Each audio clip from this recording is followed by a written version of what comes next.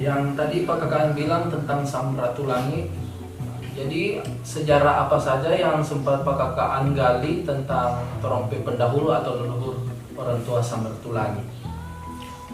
Nah, dalam mengumpulkan tokoh-tokoh Minahasa Tempo dulu itu tentunya orang mesti berkaca dari diri sendiri. Cari dulu torompe opa dan model keterangan nama, silsilah dan lain-lain. Kemudian dari situ kita melakukan studi lapangan, studi kasus ke tokoh-tokoh Minahasa, cari DP foto, cari DP kubur, cari DP rumah, cari DP keluarga, kemudian cari DP biografi, kemudian cari DP silsilah. Nah, dari situ kemudian berkembang misalnya tokoh Samratulangi.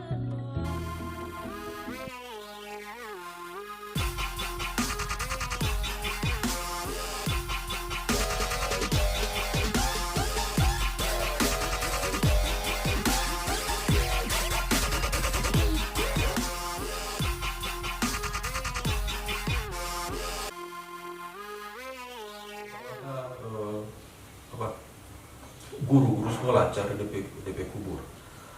Kemudian guru sekolah apa? Sekolah raja atau conference school. Cari di lokasi itu, gedung conference school. Oh, ada di sini di Tondano. Kemudian cari tuh foto-foto itu yang berhubungan. Cari DP silsilah.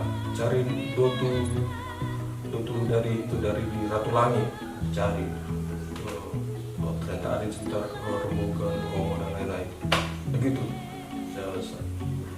cara saya melakukan penelusuran biografi dan kesejarahan Minahasa. Gitu. Jadi untuk itu Pak Kakak belajar tentang orang tua Samratulangi sesuai kemungkinan kan Pak Kakak pergi menelusuri pertama silsilah. Mungkin dari silsilah itu yang menyangkut paut dengan keluarga Bapak Samratulangi, ada cerita turun-temurun kan Pak Kakak? Jadi ada cerita turun-temurun tentang Bapak Samratulangi, apa yang Pak Kakak sempat dapat? Bapak Samratulangi itu dulunya ini, Bapak Samratulangi dulunya gimana? Boleh jelaskan Pak Kakak? Jadi orang mulai dari satu tokoh, dalam hal ini Samratulangi. Ya, cari Samratulangi di keluarga, ternyata di keluarga itu punya track record sebagai pimpinan dari distrik dan walak-walak dalam hal ini Tondano. DP Tendane itu adalah kepala walak Melayu Burungan, kepala walak Tondano Tuliang dan juga Tondano Tolimabot, tapi lebih ke Tondano Tuliang itu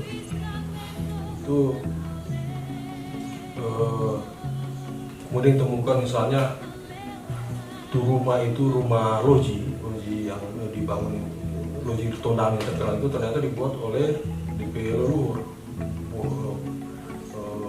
Boeing Dir Pratumbu Isang tahun 1950-an. Kemudian DP nenek baru ke Samratulangi.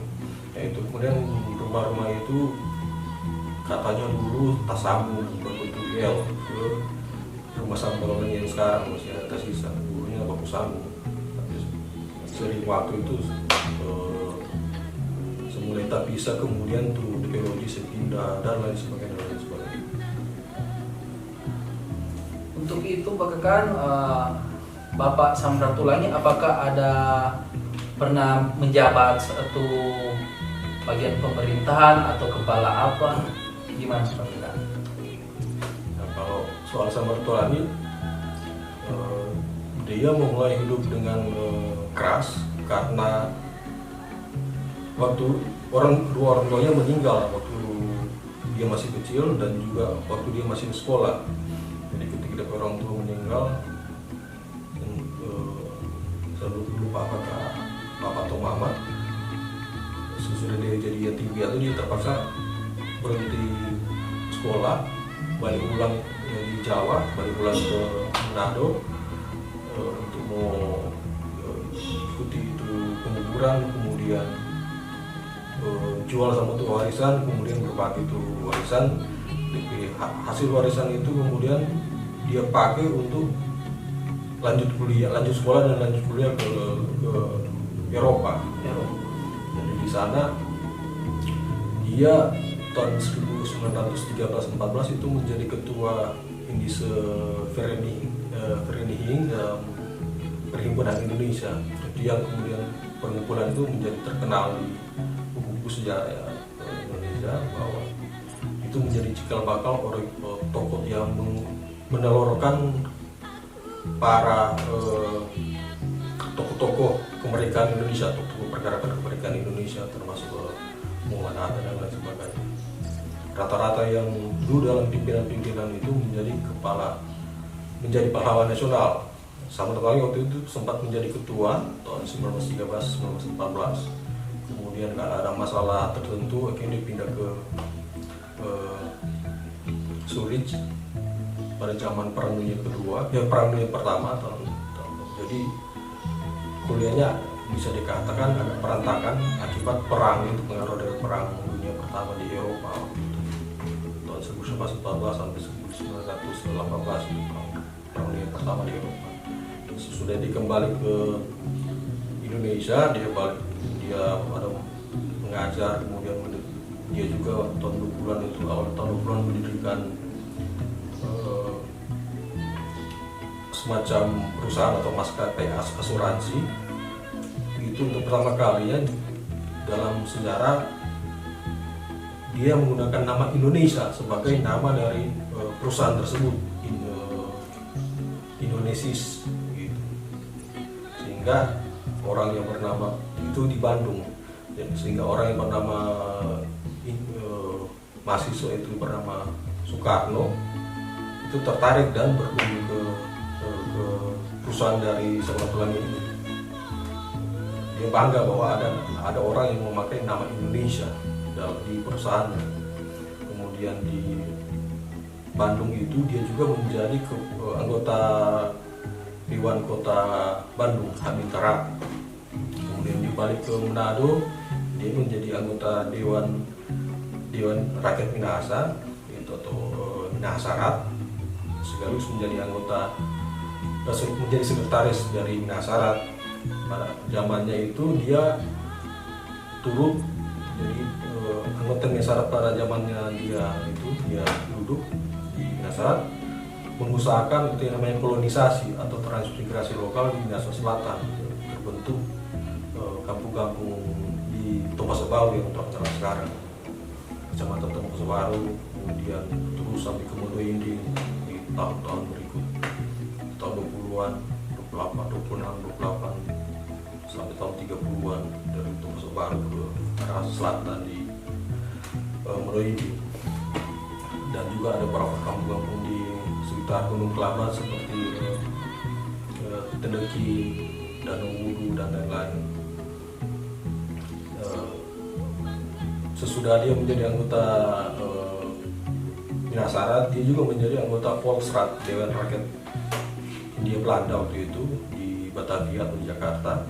Di situ dia kemudian dikenal di pentas nasional, menjadi salah satu atau satu-satunya tokoh pergerakan kemerdekaan Indonesia di level atas dari beberapa belas tokoh-tokoh Indonesia pada waktu itu. Jadi salah satunya tokoh Minahasa dan juga tokoh Indonesia Timur yang masuk dalam kategori lingkaran-lingkaran tokoh nasional pada waktu itu, tahun 20-an dan 30-an. Jadi dia menjadi anggota di Volksraad atau Dewan Rakyat Hindia Belanda, itu dia menjadi anggota fraksi nasional, fraksi progresif. Kemudian sudah zaman Jepang, dia menjadi pimpinan Sudara, jadi semacam perkumpulan solider terhadap orang-orang di Indonesia Timur, dan itu atas permintaan langsung dari Perdana Menteri Toyo, Perdana Menteri di Jepang waktu itu. Jadi katanya waktu waktu dia masih kuliah, dia sama-sama kuliah dengan Perdana Menteri Toyo di Swiss, juga sama-sama dengan Mahatma Gandhi, keluarga dari Mahatma Gandhi, dan sejumlah tokoh-tokoh nasional di Asia waktu itu. Nah, sesudah Indonesia merdeka dia diangkat menjadi anggota BPUPKI, jadi Persiapan Kemerdekaan Indonesia, anggota PPKI, Panitia Persiapan Kemerdekaan Indonesia. Kemudian menyebabkan terjadinya proklamasi kemerdekaan Indonesia tanggal 17 Agustus 1945, di mana dia itu turut menyaksikan itu beberapa informasi, dia turut menghadiri itu proklamasi kemerdekaan Indonesia. Sesudah itu tanggal 18 atau 19 Agustus 1945 diangkat menjadi gubernur Sulawesi. Jadi waktu itu Sulawesi masih satu gubernur belum terpecah menjadi beberapa provinsi pada saat itu. Tahun berapa kan? Tahun waktu itu Sulawesi menjadi satu provinsi, itu mengikuti pola lama dari zaman Hindia Belanda, zaman kolonial itu, bahwa Pulau Sulawesi itu satu provinsi. Nanti tahun 50 atau tahun 51 kemudian dipecah menjadi Sulawesi Utara. Tahun 56-57 ketika Pangesta muncul, itu dipisahkan menjadi Sulawesi Utara Tengah dan Sulawesi Selatan Tenggara. Terus bisa menjadi dua. Jadi waktu itu dia menjabat sebagai gubernur Sulawesi yang pertama. Sulawesi yang pertama. Berarti yang DP berikut soalnya ada kan? Karena saya bisa pisahkan. DP berikut masih ada berapa gubernur itu, jadi dia menjabatkan 45 sampai 49 dalam masa tahanan politik begitu, tahanan perang. Karena waktu itu sebentar perang dengan Barat Kemerdekaan dengan Belanda, menghadapi Belanda. Nanti tahun 49 dia meninggal. Kemudian ada caretaker, itu ada penjabat itu yang melawan nasional juga, B.W. Lapian. Kemudian diganti oleh Sudiro. Kemudian ada berapa gubernur Sulawesi, dan yang terakhir adalah gubernur Andi Pangerang Utarani, yang juga menjadi pahlawan nasional asal Sulawesi Selatan. Dari cerita Pak Kakang tadi yang sudah jelaskan, untuk tokoh-tokoh Minahasa di zaman itu kan beliau Bapak Samratulangi kuliah di luar toh kan. Apakah ada tokoh-tokoh masyarakat atau tokoh-tokoh lain yang sama seperti Bapak Samratulangi yang Kak Bode sempat telusuri, yang kuliah di luar sama zaman itu? Sebenarnya banyak tokoh-tokoh Minahasa yang berprestasi di zaman kolonial dari Belanda waktu itu. Misalnya Dr. Roland Melaka, dia itu bisa dikatakan sebagai pendiri KGB, pendiri ini. Dia pernah menjabat sebagai kepala jabatan kesehatan Hindia Belanda. Kalau di zaman sekarang itu mungkin setara, itu jabatan setara dengan Menteri Kesehatan. Tapi kan waktu itu Indonesia masih berada di bawah jajahan Belanda, sehingga tidak ada yang namanya menteri. Jadi kepala jabatan kesehatan Hindia Belanda. Kemudian ada juga A.L. Wauruntu. A.L. Wauruntu itu orang yang kemudian mendidik seseorang yang bernama Dr. Samratulangi untuk mengikuti jejaknya sebagai tokoh Minahasa. Tapi Samratulangi itu lebih menjadi tokoh Indonesia ketimbang tokoh Minahasa. Kemudian ada juga Dr. F. Lao, Fritz Lao. Kemudian ada beberapa tokoh lagi, tokoh sipil dan militer pada zaman. Ada banyak sekali tokoh. Dan soal sejarah tokoh-tokoh Minahasa sebenarnya bisa ditarik sampai ke zaman Kalau perlu zaman legenda misalnya Pinggir Matindas, kemudian ada toko-toko Lengkung Buaya, ada toko-toko semacam Mama Ringgi itu, tapi Mama Ringgi muda yang ikut dalam perang dengan Umum, melawan Umum. Kemudian ada toko-toko semacam Supit, Lonto dan Paat, toko semacam Lumi yang ikan. Ada di zaman perang Tunggal itu tahun 1900-an itu awal itu ada Batu Landi, ada Teu, ada Theodor Stredi Kuming Kewas, ada Mamahi, ada Lonto Tunggal dan lain-lain. Dan ada banyak toko yang sebenarnya berperan pada zamannya yang terlupakan. Nah, itu toko-toko itu yang saya berusaha cari apakah itu benar-benar bukan orang toko di masa lalu atau cuma sebatas mitos. Dan ternyata orang bukan mitos, dan bisa dibuktikan dengan silsilah, bisa dibuktikan dengan misalnya waruga, ada di bekas rumah atau dan lain-lain. Itu cara saya melakukan penelusuran. Jadi semua aspek itu digali. Jadi jangan cuma satu dua aspek. Jadi banyak tinggal cari dulu di silsilah kan, apakah Gam? Iya, termasuk silsilah pembuktian di atas kertas, pembuktian di situ, misalnya di peninggalan fisik waruga, rumah atau benda-benda yang tertentu, misalnya baju atau alat-alat perang dan lain sebagainya. Jadi jangan cuma sekilas dengar dari cerita kan, bahkan kalau boleh walaupun dia masih DP cerita dan walaupun dia masih garis atau masih darat, tetapi harus telusuri sesuai dengan silsilah, peninggalan-peninggalan kan, bakal kan.